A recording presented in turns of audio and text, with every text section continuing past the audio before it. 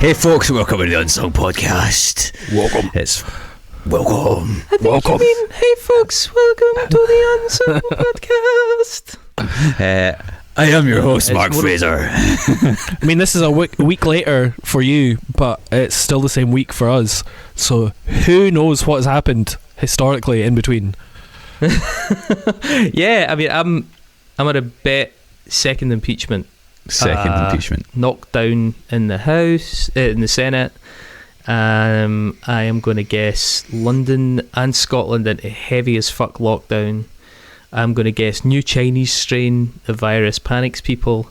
Which British traditional high street store will go into administration? Marks and Spencer's. It'll be Marks and Spencer's. You think it'll be Marky's? I mean, yeah. I saw the queue outside Marky's before Christmas. That should get them through a couple of months. But I'm worried that it's the Co-op. I like the Co-op, but I'm worried about them. The Co-op are all lots of independent little franchises though, aren't they? I thought, yeah, there's Scott Mid and all these guys. So, although hopefully maybe the Co-op's funeral service is keeping the rest of the company afloat. Well, exactly. The business must be booming. So I am joined. I'm joined this week by the two guys I'm usually joined with. We should introduce ourselves, shouldn't we? I've already introduced myself. Who are you? Can you introduce yourself as Mark the Liz Fraser? I am Mark the Liz Fraser. I'm David the Dream Weaver. David the Dream Weaver. Oh, that's really good. I can't do anything like that. Yeah, you can. I mean, the only things I can do are grossly offensive nicknames from my childhood that really do still just hurt. Chris Cusack and on, come on. Let's not go down. I know what some of our listeners are like, and can be a sinister bunch. I'm not giving them the ammunition of telling them any of the nicknames that I got levelled at me when I was younger. Right, let's just move on. Okay, Chris. We finished last week talking about the Cocteau Twins. Dave has nominated the album Heaven or Las Vegas.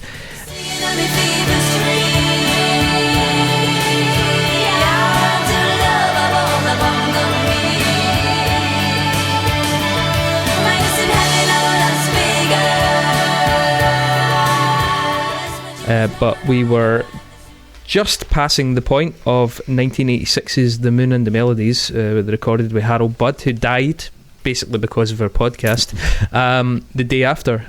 So sorry about that, Budd family. Yeah, apologies. If you want anyone offed, we're going to throw their name in at the end of this podcast, and that should take care of them. But the next instalment, the Cocteau Twins history, came in 88 with Bluebell Knoll.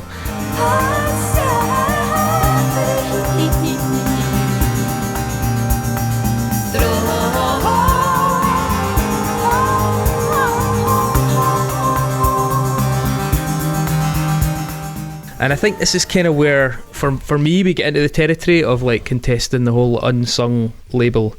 Anyway, this was actually a big step for them because it was distributed by Capitol Records on behalf of 4AD. So, albeit we've talked about how often the Cocteau Twins made decisions that were quite anti-commercial, such as not appearing on Top of the Pops, such as the Victoria Land album. At this point, they do sort of, to some extent, get into bed with a major of sorts, at least in terms of distro, because I mean, I'm sure the demand was there. I'm sure they wanted people to be able to get their stuff. That's fair enough. Bluebell Knoll is an interesting record. It's quite synthy. Certainly has a bold start with a kind of harpsichord sequencer.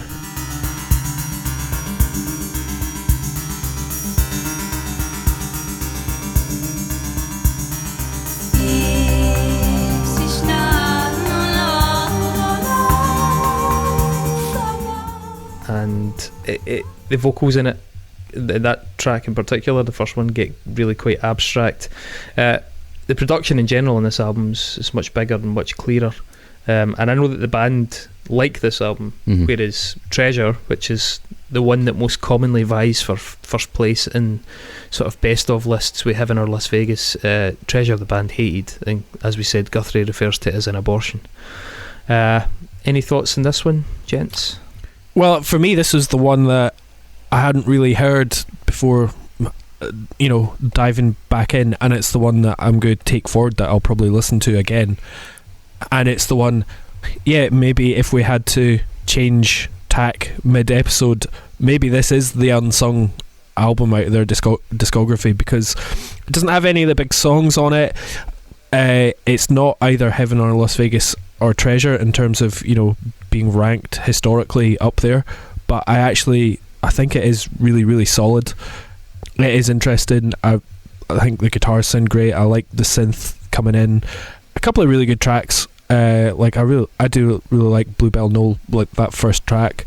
There's like a couple of annoying bits on this record, but nothing as grossly offensive as what I find on Treasure. Yeah, it's an interesting record. And can I just ask what it was one of the annoying bits in this, Carolyn's Fingers? Yes, absolutely.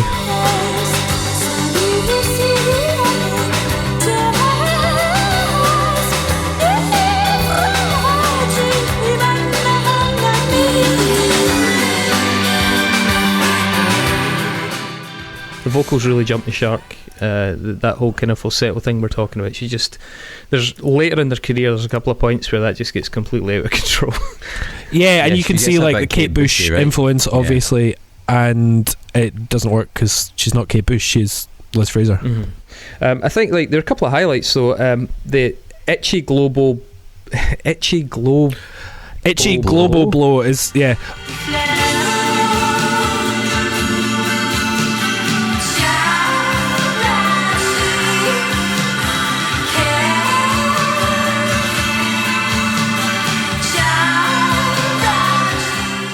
I mean, we also haven't discussed how annoying some of their song titles are as well. They're just specifically in this album, they go off a fucking cliff, man. The song titles get ridiculous from this point.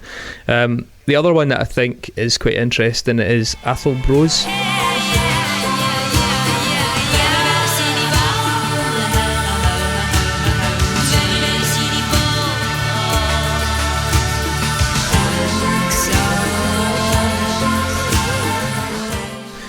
It's quite recognisable in their catalogue. I mean, they didn't have any huge songs in this, as you say, but it's a familiar one, and I kind of like the fact, I mean, maybe it's a little bit Enya in itself, but I like the fact that it has those quite Celtic vocal patterns in it. Yeah. Because this is the thing about Cocteau Twins. It's sometimes quite hard to put your finger on why they do have a faintly Scottish vibe, but it's not like Stuart Adamson with the bagpipe guitar effects.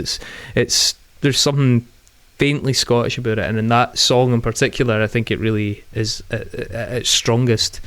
She does remind me of Kate Bush a lot on this record in places, and the Celtic feel, and I've pronounced a couple of songs, but I was also saying that Celtic feel, or I was also going to say rather, that Celtic feel is quite prominent in a few places throughout the career, and in places in Heaven or Las Vegas, probably more so. A couple of songs on that too, as we'll get to. Yeah, second half of Heaven or Las Vegas, definitely. So Heaven or Las Vegas followed this album in 1990, and then there was a 3-year break. The 3-year break included the very kind of consequential divorce between Liz Fraser and Robin Guthrie. Now, it's pretty fucking brave to continue a band when you've just gotten divorced. I think you can ask Sonic Youth about that, but especially, I mean, this is a band with even fewer members, and I think the responsibility fell on Simon Raymond to really hold this together. He's credited with having been a key to everything the band did from this point onwards to making it happen, especially given Robin Guthrie's sort of questionable personality at times, I guess, and also substance abuse. Substance abuse, which will be a big part of the discussion of Heaven or Las Vegas in detail, I think. This 4 Calendar Cafe, the 93 album, takes a bit of stick and places fairly low in lists.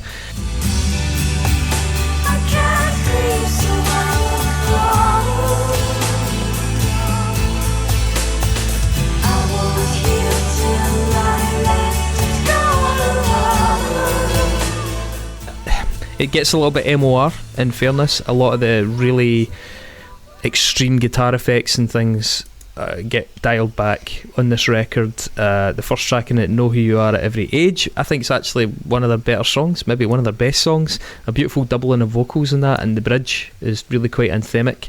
Cry, cry, cry. So you know why I lost my self-identified. Cry, cry, cry, so you know why I lost my self-identified. Evangeline, the second track, is quite languid, quite dreamy.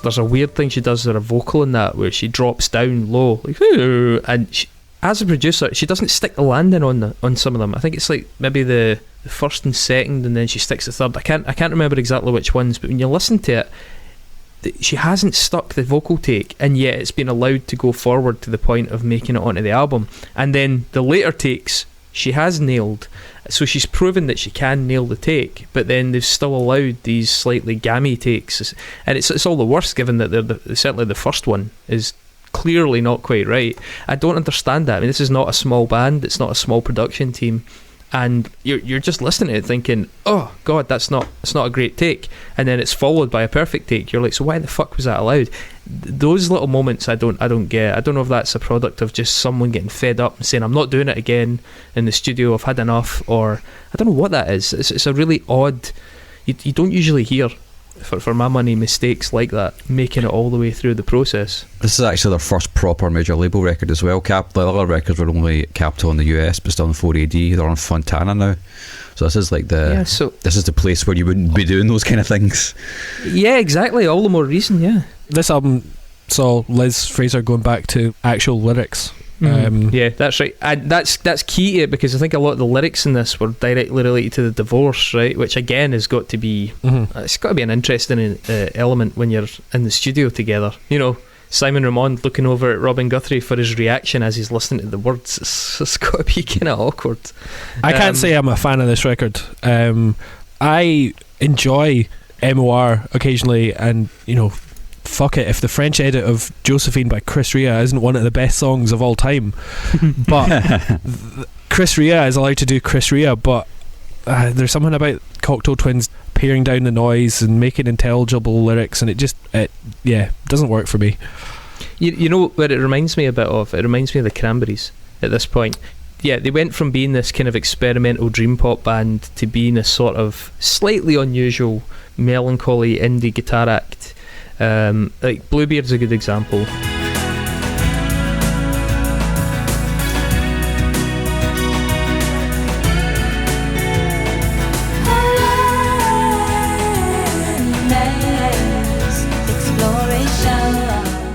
Which I think's actually got a really nice vocal line in it, but the delivery is so pedestrian, and I think there are a number of like strong songs in this, but the delivery is just really quite bland, and it's not what you expect of the band. You know, it's not what they've become known for. It's a little bit, it seems like it's getting a bit middle-aged, even though they're still fairly young. Interesting album in 96, Milk and Kisses.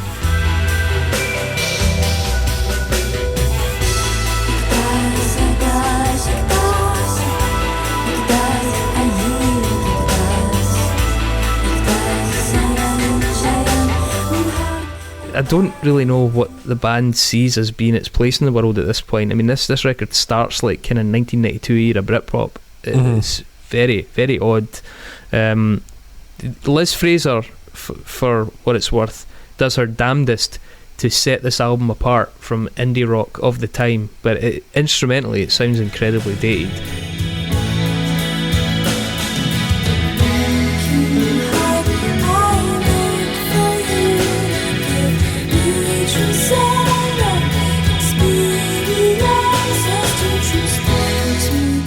Her vocals, the eccentricities of her vocals, are probably the main thing that stop it just falling into the midst of the pack of, you know, early 90s British guitar acts. Certainly by acts like Lush, who also were hugely influenced by Cocteau Twins, and now Cocteau Twins are almost regressing back and copying what Lush did in their later career. It's a strange decision. The guitars are really not nearly as innovative as they were. They've got like a wee bit of delay or reverb or a little bit of chorus, but it's nothing particularly interesting. This also has a song in it called Seekers Who Are Lovers, and the vocals are I don't know if maybe it's the case when you're producing your own stuff, or you've just got into a position of influence where people don't tell you no, but the vocals in that are fucking dreadful.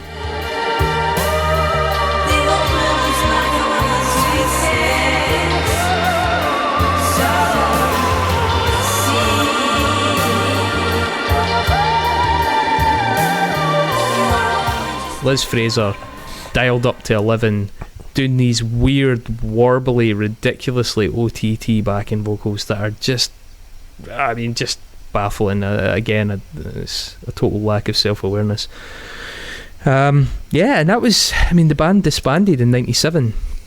The only other thing I'll say, and I mentioned it in the first episode, that I really think is worthy of note is Lullabies to Violain, which is like they're both the names of EPs, and it's EPs spanning 82 to 96.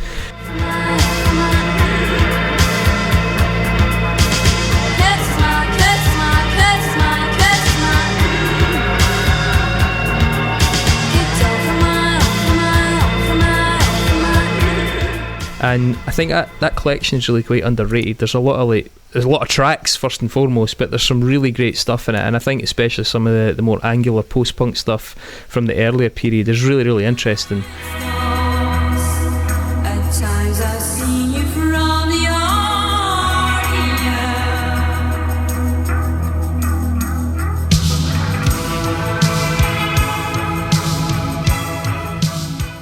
It's a worthwhile listen, even if you're just assembling a playlist. It's them at their most eccentric at points as well. I guess that means we get to Heaven or Las Vegas, Dave. First and foremost, can I just ask, this is a widely praised album, man, quite a successful album, right? Yeah. I assumed that we were calling this unsung in the same sense as, say, for example, Downward Spiral might be unsung, in that it's already a very widely acclaimed album, but even then it's sheer influence and level of excellence is still influence, excellence, and it didn't sell anything really compared to, I don't think it ever hit platinum anywhere, so it's considering how influential and how many bands have taken parts of Cocteau Twins. I think Heaven or Las Vegas is their most complete record. It's the one, even now, having gone back through, it's the one that I still listen to start to end. Yeah, and it was never a mainstream record. It's just like a touchstone for artists, but not for consumers. I say like a band's band, basically. Yeah, they definitely are a band's band. It's a really, really interesting period of the band's history. In 1990, there's a lot happening in music generally. In 1990, there were a lot of changes underway, and grunge was about to explode. And just prior to grunge, even just here in Scotland, bands like Teenage Fan Club and stuff, you had like a sense of resurgence, Pixies and stuff as well. You had like a real bubbling under of indie bands that couldn't be further away from the kind of cock rock or the crap sort of early 90s, late 80s, early 90s dance sort of stuff. There was a new thing happening. It was time for like a kind of breath of fresh air. So yeah, it was an interesting time for them to make something of a breakthrough album. If they'd released a weak album at this point, they might have ended up being regarded as more of a sort of early 80s band, whereas I see them as being more of a late 80s band in people's minds because Treasure and this came out at this point. It sort of recast the focus of where they're, what point in the calendar they're pinned to. In terms of the circumstances, this was the first album done in a custom built studio for the band. Mm-hmm. This was also Robin Guthrie going into his like Brian Wilson phase of like obsession and drugs and personal mental decline to some extent, but also creative brilliance in some ways. The band hadn't actually played live in about 4 years at the time of this record, but yet Guthrie especially describes them as being in good shape because they'd spent so much time concentrating on their writing and the studio. And so even though to people on the outside they might say a band that hasn't done any shows in 4 years is maybe in disarray, he felt it was the opposite. I think they feel quite warmly about this album. Guthrie says it's the first time they'd written a hummable album of songs, and there's definitely some merit to that. There's lines on this that you can hum to someone in order to identify them, which is not necessarily that easy with some of the earlier stuff where it's more about production and vibe.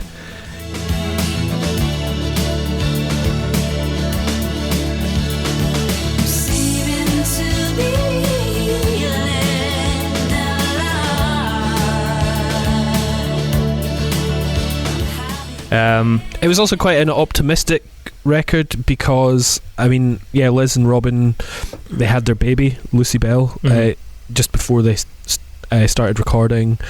I think Simon Raymond got married as well. And although they were dealing with, you know, cocaine habits and just being general miserable fuckers, like, this album seemed to come at the right time. It maybe focused them, and then everything else focused them on this as well. So yeah, it seems that they were turned quite inwards, in the sense, I mean, Robin Guthrie, I think, in one of his interviews, described having not read a newspaper in about 3 years at the point where they recorded this record. It's like, you know, you're getting married, you're having children, the other members getting married. They were very much like looking at their own lives and their own creativity. There wasn't a lot of wider context. There wasn't a lot of distraction really as well. So it does feel quite pure in that sense, I guess. It's a nice, like when he describes when they were listening back to it, when they finished it, is they turned off all the lights in the studio and played it, and just the feeling of excitement knowing what they'd just accomplished. I guess I can kind of relate to that, not to this extent. I've done that thing in a studio where you play something back and you're like, you get that you're like, oh, we've done something good. And if you've just recorded this album in particular, you know, you can really see that. So it's an album that has a lot of meaning to them, unlike Treasure, which is probably the exact opposite. It's interesting lyrically. I mean, again, Liz is like culling words from various places, but also she sang a lot of it to Lucy Bell, so a lot of the narrative in this, it's got more of a narrative in it than some of the records immediately prior to it, because she's singing to her baby for the bulk of it. And so a lot of things that she's pulled together, if you're listening to it and you catch a little bits and bobs, think about them in the context of that's what where she was coming from artistically. She was singing to her child, and I think that kind of it's quite an interesting lens by which to view it. Also, like, I mean, there's very little few lyrics in some parts of it, which kind of makes it sort of the obituary of dreampop, because Obituary, famously for the first record at least, had no words written down. They were literally just growling and grunting and just making noises that fitted. So she does a wee bit of that at times as well, which leads to that thing where people just impose their own lyrics upon it. You know, just, this is what I wanted to say, which is kind of cool, I guess. Dave, you do a quick tour through the tracks. Yeah, well, I'm just going, like, there's a couple of things I just want to chat about before. Is like, I get Simon Raymond was a lot more involved in this record, in part because I guess Robin Guthrie, you know, was taking a bit of time off to do drugs, but also then be a father. It was interesting, you know, seeing what he brought to it. Like a bit of darkness there as well, because I think he wrote Frou Frou Foxes in Midsummer Fires.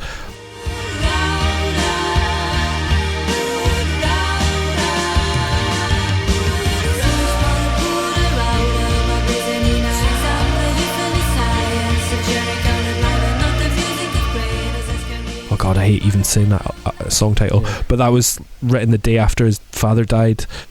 So like that gave these two thematic pillars of, you know, birth and death to the album. And then Raymond talked about when he'd, you know, be recording with Liz Fraser, and Liz would go in to the control room, or Liz would like record some fucking unbelievable, you know, take, and go and say, oh yeah, how was that, to Raymond, and he'd have to be like, yeah, that was fine, Liz, even though he's, you know, wiping away a tear at how incredible it was, because she just she hated being overpraised and effusive stuff like that. So she was just like, if he said that was amazing, then she'd be like, nah, it was shit, let's do it, you know. So. On that note as well, I remember an anecdote where they were saying that Liz would do a couple of bits and bobs in the booth, and they'd assume that she couldn't replicate it for the next take, and then she would just replicate it for the next take. They thought, oh, that was kind of a fluke, but she got it, and they kind of found themselves consistently underestimating how much of what she was doing was actually deliberate. Like, it wasn't just fluking her way to a good sound, which is, you know, and amazing. Another part of it, I guess, like another foundation of this record is Guthrie's drum programming, which is like kind of the foundation of what a lot of the songs start with, although they are so far away removed from hip hop. And I guess we'll go through the tracks, but like a lot of those beats are very hip hop influenced, and even were influential in, to some hip hop producers as well. Yeah, there's definitely a hip hop vibe to some of the songs on this, drum wise anyway, for sure. So yeah, I mean, it kicks off with Cherry Coloured Funk, which is one of their biggest tracks, and it kind of, it's iconic. yeah, it ticks all the Cocteau Twins boxes.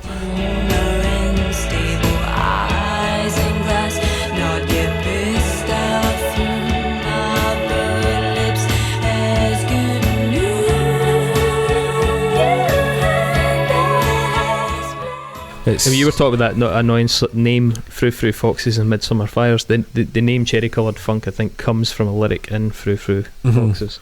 Yeah, I mean, it's got a really bouncy percussion in it, doesn't it? And this is a hip hop production. The delay and the guitar is also carefully timed to sort of complement the tempo of the song. Yeah, the drums are bouncy because I think they are a bit hip hoppy to me, which I find quite interesting on this. Yeah, and there's a good vocal melody in it. It's just a shame that it's ruined by not having any lyrics. Yeah, I mean, I guess that's the elephant in the room for you, Mark, is that you just hate her lack of lyrics, don't you? There's nothing for me to grab onto. I think I can say it now or I can say it later on if you want, but I think a lot of people say it later on. Yeah, let's say it later on. Say it later on. Right. Keep your powder dry, Mark. I think the harmonies work well in it. The second chorus in particular, the second vocal comes in and the second chorus really lifts. When the octave, yeah, that's really nice. Yeah, it's well arranged. Picture the Baby, second track. I feel it's very of its time. Yeah, I was going to say it actually feels very 80s. It feels a bit dated, I think.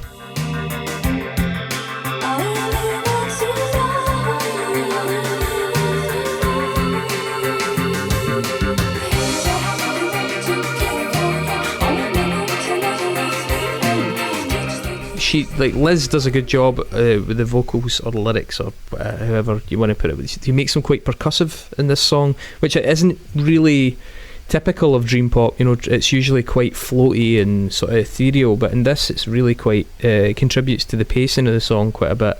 And yeah, I mean, there are some Enya vibes, but maybe Enya on speed. Enya's bound to have done a bit of speed in her time, right? Clearly. I mean, you can't. She probably party. She would party. Enya would party.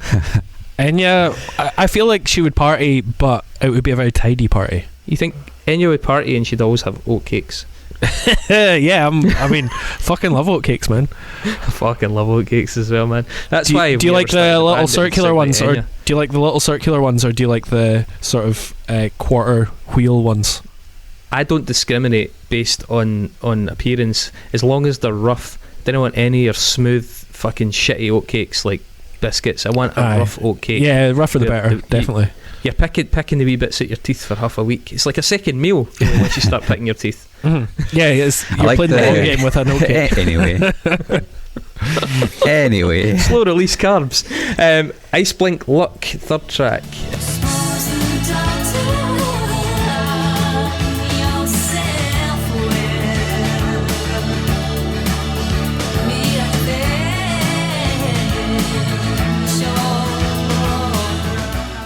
I mean, this is 1990 and the guitar in this sounds like 85, 86. Yeah, reminds me of the Smiths. I feel like the guitar... Yeah, I quite like the guitar and it's a bit of mar to it. But I think I totally get those comparisons, but what I mean is the guitar doesn't sound forward looking. It sounds backwards looking at this point. I feel like there's a point in the 80s where they went from leading the pack, from setting the tone, to starting to sort of follow the pack, and that's reflected when they start getting into their Cranberries kind of territory and all that kind of stuff. There's an inflection point somewhere in there, maybe around about sort of 87, where everybody sort of catches up, or they get short of ideas and they start to dial back the effects on the guitar. They start to dial back a lot of the sort of experimentation, and this track kind of captures that for me. It just feels a bit safer. I mean, the guitar is still wet, it's still got effects, but it's just a little bit more restrained. And yeah, I you're right, it does sound like those bands, but that's kind of because those bands have picked up on the early stuff, caught up a wee bit. I don't know, I think even for 1990 it sounds a little bit behind. I agree. 50-50 Clown.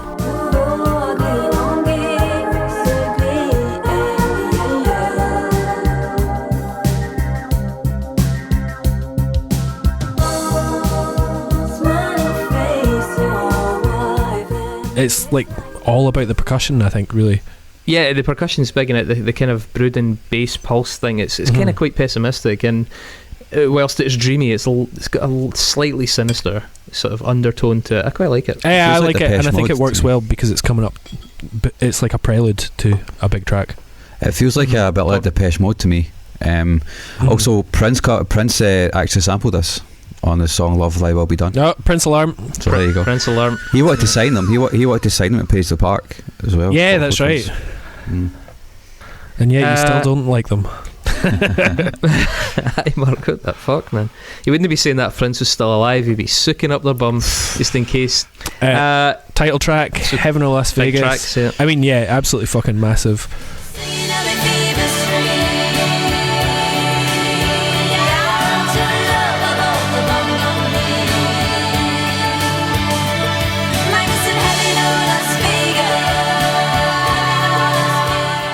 I mean, Liz, you can see she is up there with Bush and Bjork, and like the melody in this is just fucking amazing. We mean the grunge band Bush, obviously. At this Clearly, yeah, she's just as good as Gavin Rossdale. I mean, I think this has got a lot of like Simple Minds, The Cure, kind of big.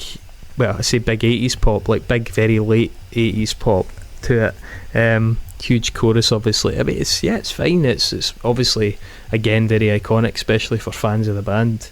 I think the guitar's really good on this as well, though. Like, there's just some really nice little parts coming in and out. It sounds like The Edge. The guitar sounds like The Edge, which is not a bad thing because The Edge was pretty innovative in the 80s, right? And it kind of sits alongside that for me. I like the chorus. I like the way the chorus kind of swells. I think that's kind of cool. And the guitar lead in the middle eight is pretty cool as well.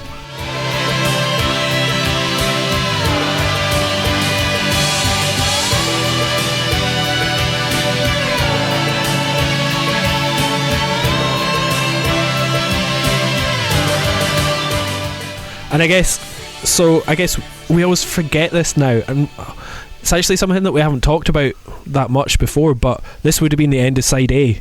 Yes. You know, yes.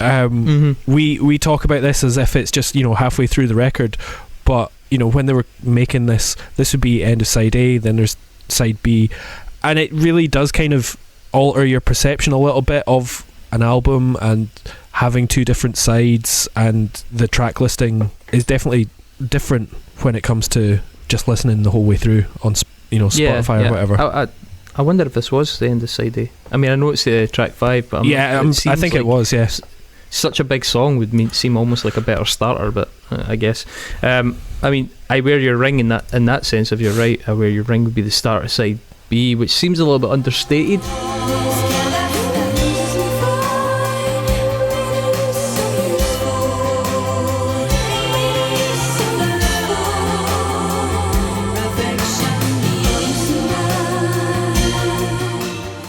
Although I will say it starts like Roxette.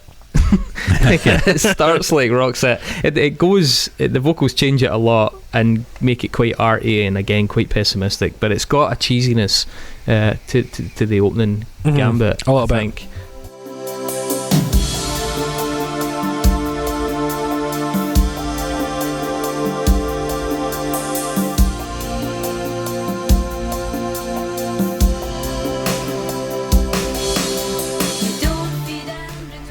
Futsapolitik. Feels kind of Celtic, this one. Definitely got a huge Scottish vibe.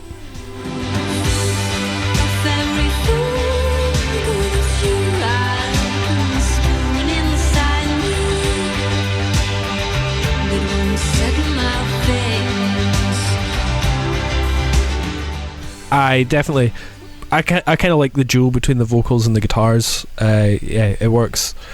It's really, really similar to the song 2000 Miles by the Pretenders, you know, the Christmas tune. The snow is falling down, it gets colder day by day. I miss you. Really? Honestly, it is. Go and listen to it. I mean, it's big and kind of blossomy and jangly and stuff, but it's very similar to that in places. Yeah, I think overall, like, I don't know, it's quite a complete sounding track. I don't know. Yeah, I don't know. I like it. Mm-hmm. Wolf in the Breast, I think, is the least important song on the record, the 8th one. I really hate the kind of jazzy lilt on the vocals, and again, the chord choices just really doesn't work for me at all. Puzzles to trick me, elended out tomorrow, pacified.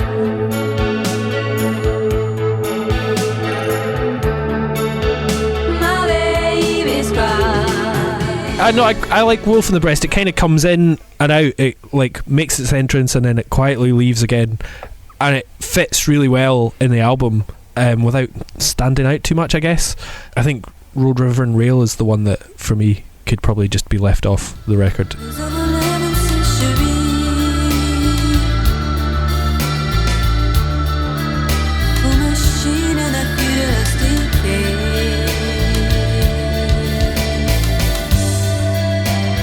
It's definitely got a bit more Celtic stuff to it. You know what, that one feels more akin to their earlier stuff, Road, River and Rail. It sort of has the feel of, I would say Treasure, but even before Treasure, there's something older about it, which I don't necessarily mind, because as I say, I feel like some of their newer stuff had gotten a little bit safe, and so even though it's looking a little bit backwards, it's maybe a bit truer to what I would say they sound like. I mean, I'm okay with it. I think it's an interesting little bit of trivia about that, is that Robin Guthrie and Simon Ramond, they tell Liz that it was a fishing song, Rod, River and Reel. And they would sit with lyric sheets when she was singing, like she had lyric sheets at this point, and they would be following her vocal and still not be able to tell what the words were because of the way she was pronouncing the syllables. But yeah, then we finish with this subdued piano based track with a terrible name called Frou Frou Foxes and Midsummer Fires, which, as you said, Ramond wrote shortly after his dad passed away.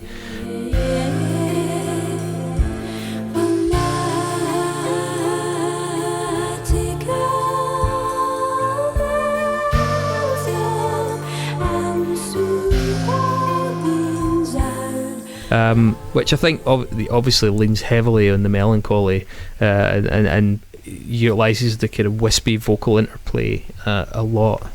Yeah, I mean, I think it's a fucking great outro because it builds. By the end of it, there's 6 different vocal lines all happening.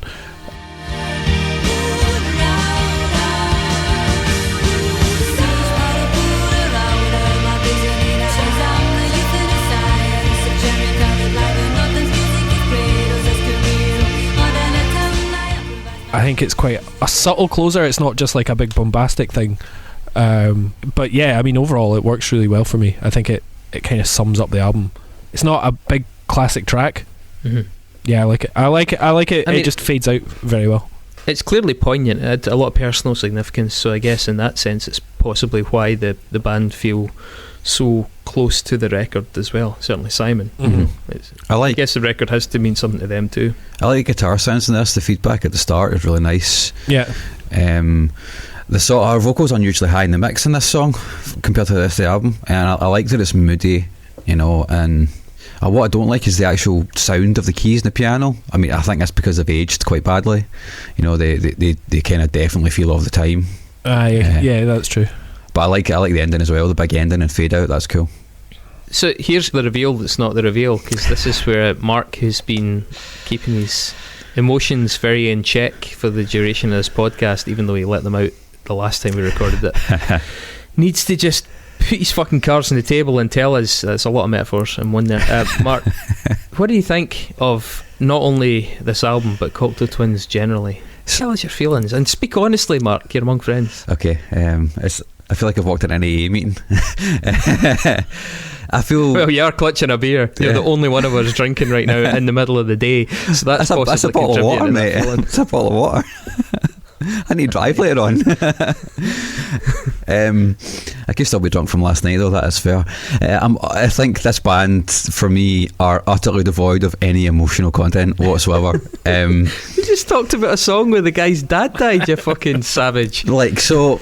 They try to elicit some kind of feeling with the massive walls of guitars and the vocals, and for me the vocals are aping humanity as opposed to actually giving a human side to it. I know a lot of people love this band because they feel very emotional, because you can, as Chris said, you can impart your own narrative onto the songs because of whatever's been said. But For me, they're just a band for chin-stroking hipsters and people that think this nonsense is esoteric when really it's just dreamy without any substance at all. So we should probably ask our resident chin-stroking hipster, Dave. Yep. I mean, I think, as is pretty obvious, I'm somewhere between the two of you guys. But what are your reasons? Well, for getting? I don't know. I guess we come to a point where we discuss the implications of us doing this podcast and studying music as in depth as we end up doing, each week. Because for me, this was an album I kind of picked when I was 19, and I was always just happy to put on in the car or when it was snowing, and it was like really nice background music or driving music, and I loved how lush it sounded, like a couple of really big fucking tracks. And then to critically evaluate it over like 6 months like this is fucking taken, it's been really interesting. And I'm not has it taken the sparkle out of it for me? I don't know. I guess I don't think it's perfect in any way. I think it's been really interesting looking at the band, because I think they are quite an interesting act. They've done some really interesting things. They've had a lot of influence on other bands that I really like. Am I going to fight to the death to put this album in our unsung discography? No, I don't think I am. But am I going to still put it on in the background on a nice sunny snowy day? Yeah, I am as well. I still sunny snowy days are the best. Yeah, like yesterday it was fucking amazing. I like this record, and I don't care if there's no deep meaning to it, because sometimes you just want to put on an album because it sounds nice. I think that's fine. You like to compare albums to cheeseburgers, Dave. Yeah, exactly. Kind of cheeseburger. This is just a good fucking solid cheeseburger. A bit of lettuce, bit of mayonnaise, bit of tomato, a good patty. There's. I feel like this is some sort of artisan sort of beetroot and cauliflower burger in a vegan brioche. I think there's some like a little bit. I get what Mark's saying. There's a slight emptiness to it in some ways, but I mean, I think certainly amongst some of the albums that we've covered, I don't think you could say this was in the top half of meaningless, chundering fucking nonsense. I mean, we have talked about some absolute shite. We have. Yeah, I don't think Cocteau Twins are necessarily guilty of that. I think the crux of my argument is that pulls me out. The lack of the vocal thing just pulls me out the band entirely. It always has done, and that's on me. That's totally on me. that's very much me. So definitely not a huge fan of the vocal style. I think sometimes it's nice, and other times it's just. I get the market that likes it. I know that's patronising.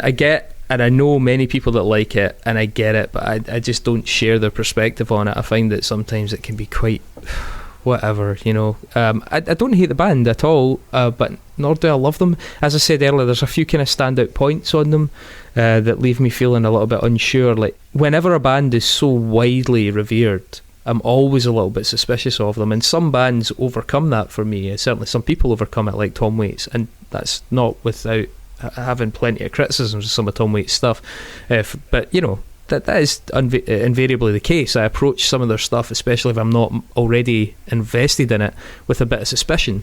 I've been highly critical of Radiohead, for example, for that Moon-Shaped Pool album that they brought out, which is fucking garbage, and I think that's appropriate. I think it's appropriate to not just recite the party line in these groups. I think this is a good album. I think I would have been more swayed with the unsung status of it by Bluebell Knoll, probably. Given that we already spoke about the fact that this and Treasure tend to vie for top spot, Bluebell Knoll doesn't really feature in there, but it's a very interesting album. If we were going to do Cocteau Twins again, then I'd probably go Bluebell Knoll, but there's no fucking way that's happening. No, there really is not. But I only really discovered that album through us doing this record.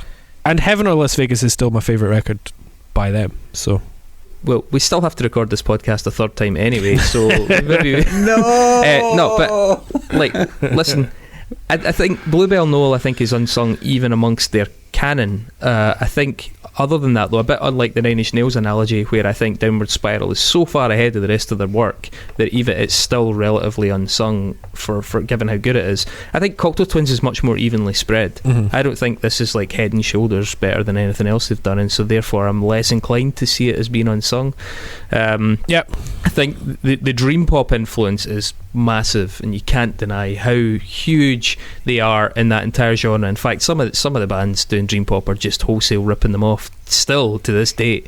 I think less so the influence in terms of shoegaze. I do take on board that Robin Guthrie's guitar work is probably very influential in that field, but I don't think much of the rest of the music is, so I have a reservation about that sort of criteria.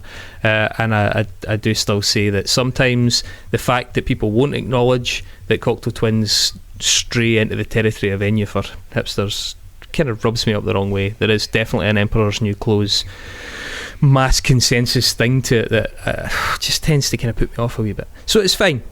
I'm not inclined to put it in, but I'm going to abdicate responsibility and sit in the fence. Mark's clearly saying no, and you're clearly saying aye. So I think that's is what it is. People are going to have to make up our minds for us. Yeah, that's fine. So alright, next is time. For the first time in a long time. This is the first time we're seeing Nexus tonight. Will it be the last? What do they have in store for us? Not good for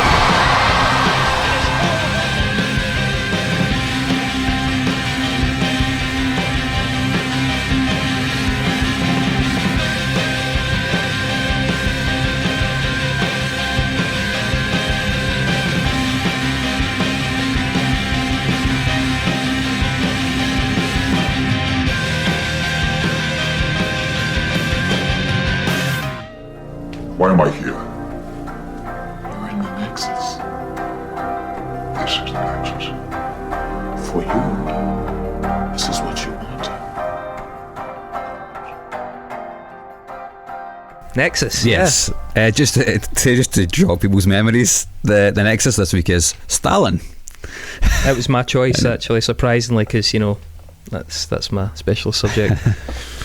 So Dave, you're first. So, Song to the Siren, as mentioned, this song by This Mortal Coil that Liz Fraser and Robin Guthrie were involved on, was chosen by Dawn French.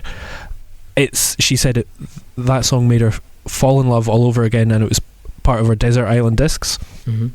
Dawn French was part of alternative comedy thing in the 80s, the comic strip on Channel 4, which is like a big influential alternative comedy TV show and sketch show sort of thing. Collective. Yeah. Another member of that collective was Alexei Sale. Could have just done him straight to Communist Party because he was a member, but he has written for the Independent newspaper, which, does that actually exist as a newspaper anymore, or is it just online? Just online, yeah. Yeah. Does anything exist anymore? I thought everything was just online. Nothing's real. Yeah, that's true. Back in 2009, when it did actually exist and it was a newspaper, there was a feature in it called the University of the Bleeding Obvious. So it was like mad press releases by university studies and things like that. So groundbreaking report that the more fit you are, the longer you'll live and things like that. The more burgers you eat, the fatter you get. Yeah, exactly. And there is basically a sort of Russian meme that is taken from that, and it's called the British Scientists meme, basically because British scientists are always coming out with mad, stupid, obvious shit that British scientists have debunked the myth that mice love cheese. British scientists have invented non-stick bubblegum. British scientists have designed the ideal sandwich, things like that. And so basically that became a meme back in about 2003, 2004, I think, and it grew so much that there was in 2015 a Russian science TV channel released a series of programs called British Scientists, and that TV channel was Science 2.0, owned by VGTIK, which was the Russian cable channel, started in 1990. In 1998, they produced a film called Krustyulov, My Car, which is a 5-star rated delirious and visually amazing Russian gem. Is that like Dude, Where's My Car? Exactly. And it's a sort of hallucinogenic, odd satire with documentary realism and everything. And it all starts in the very aftermath of the death of Stalin. Also a movie.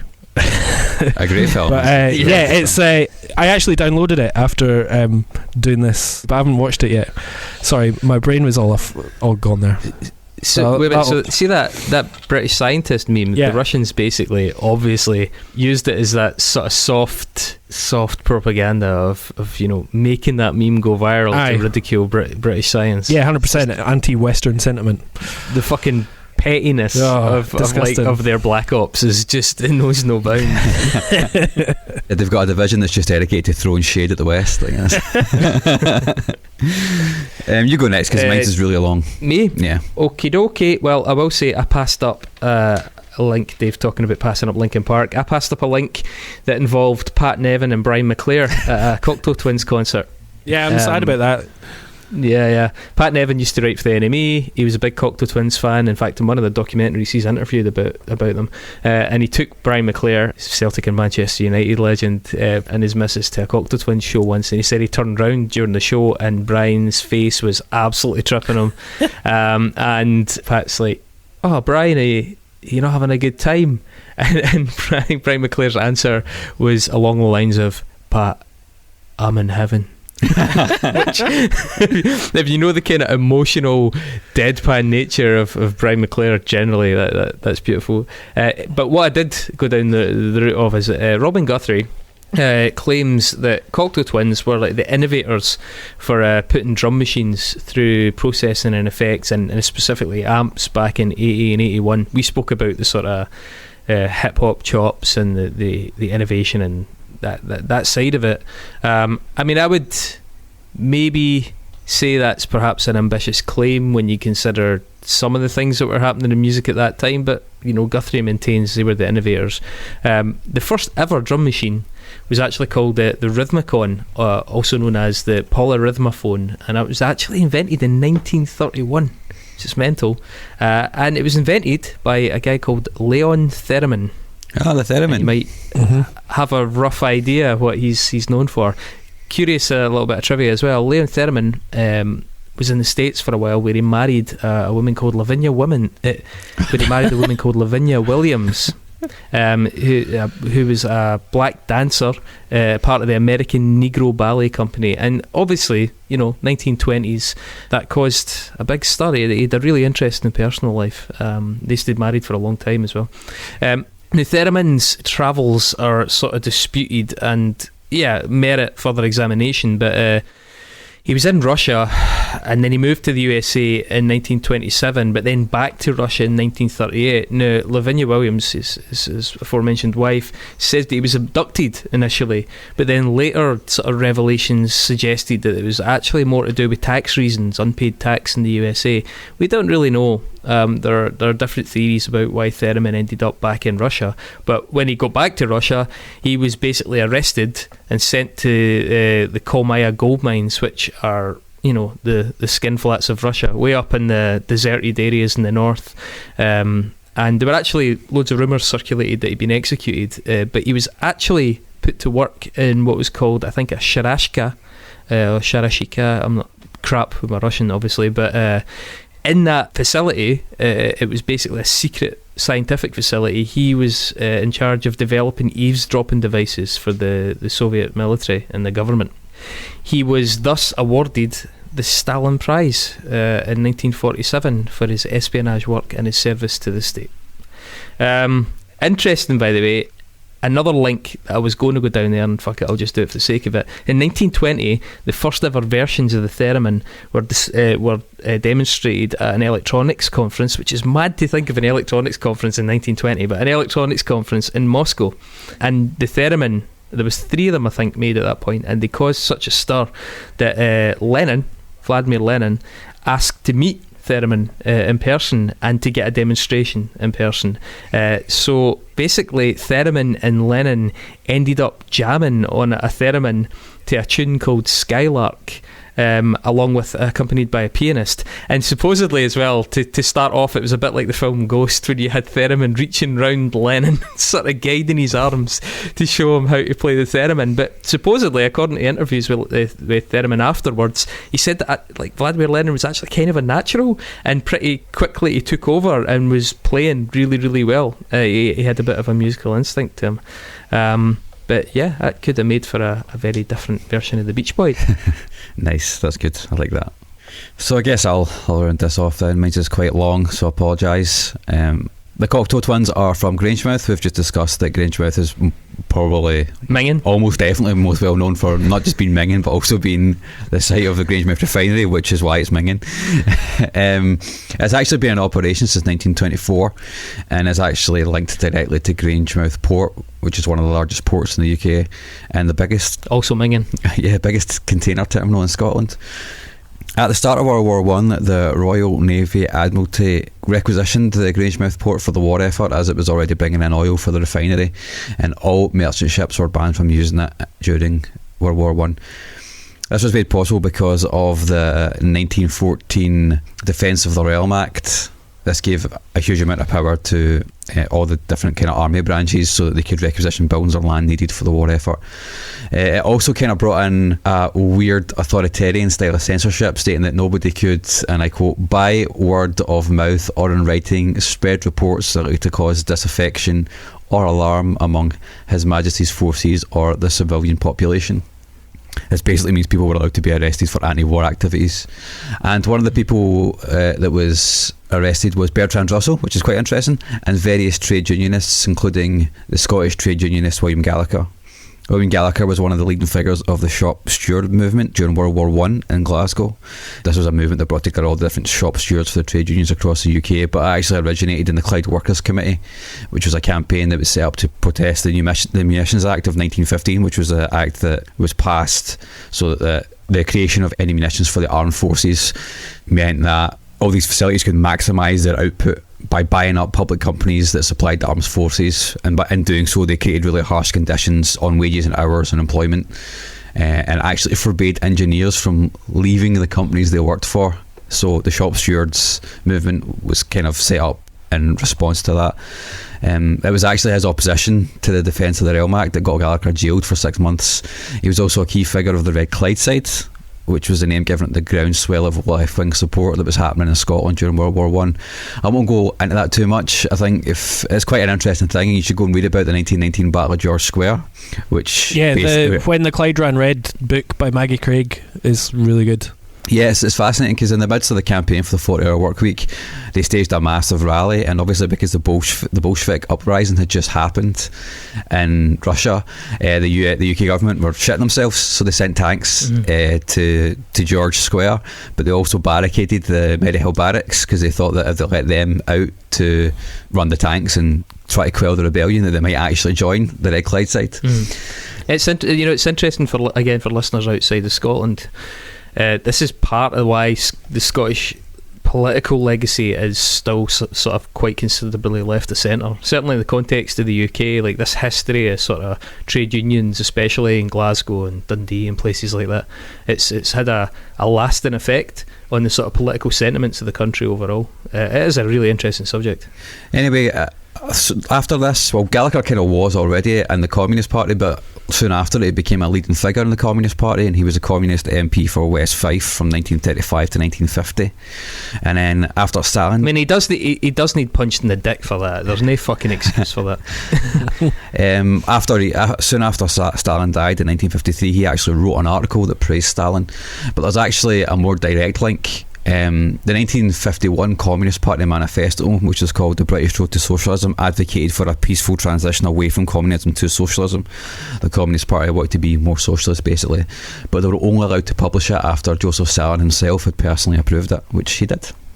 Yeah, there's some really, really interesting writing by George Orwell from that whole era, like right the way through, where, initially all the Defence of the Realm stuff, he was critical of that, but then also hugely critical of this fucking stupid naive drift of the sort of labour movement towards embracing communism, when the evidence, it was clear, like there was abundant evidence of the atrocities that were happening in Russia. The reports were coming back regularly about it, and people were just choosing to disbelieve them or thinking it was all worth it in the end, and it was pretty horrific. You ended up with people like him who in some ways were very commendable figures, aligning themselves with one of the most horrendous ideologies that's ever existed. So it's one of those very morally ambiguous periods where you've got figures that drift both in and out of your sympathy. There you go. That's a fucking highbrow nexus from you there, Mark. Yeah, well, I knew one of you guys wasn't going to do it this week, so not quite Nazis, but close enough. Alright, well, I think we've finally, I mean, there's still plenty of time for this to go wrong, but I think that's us done the Cocteau Twins. Yes. What are we doing next week? Well, before we do that, do you want to pick a Nexus, Chris, for next week?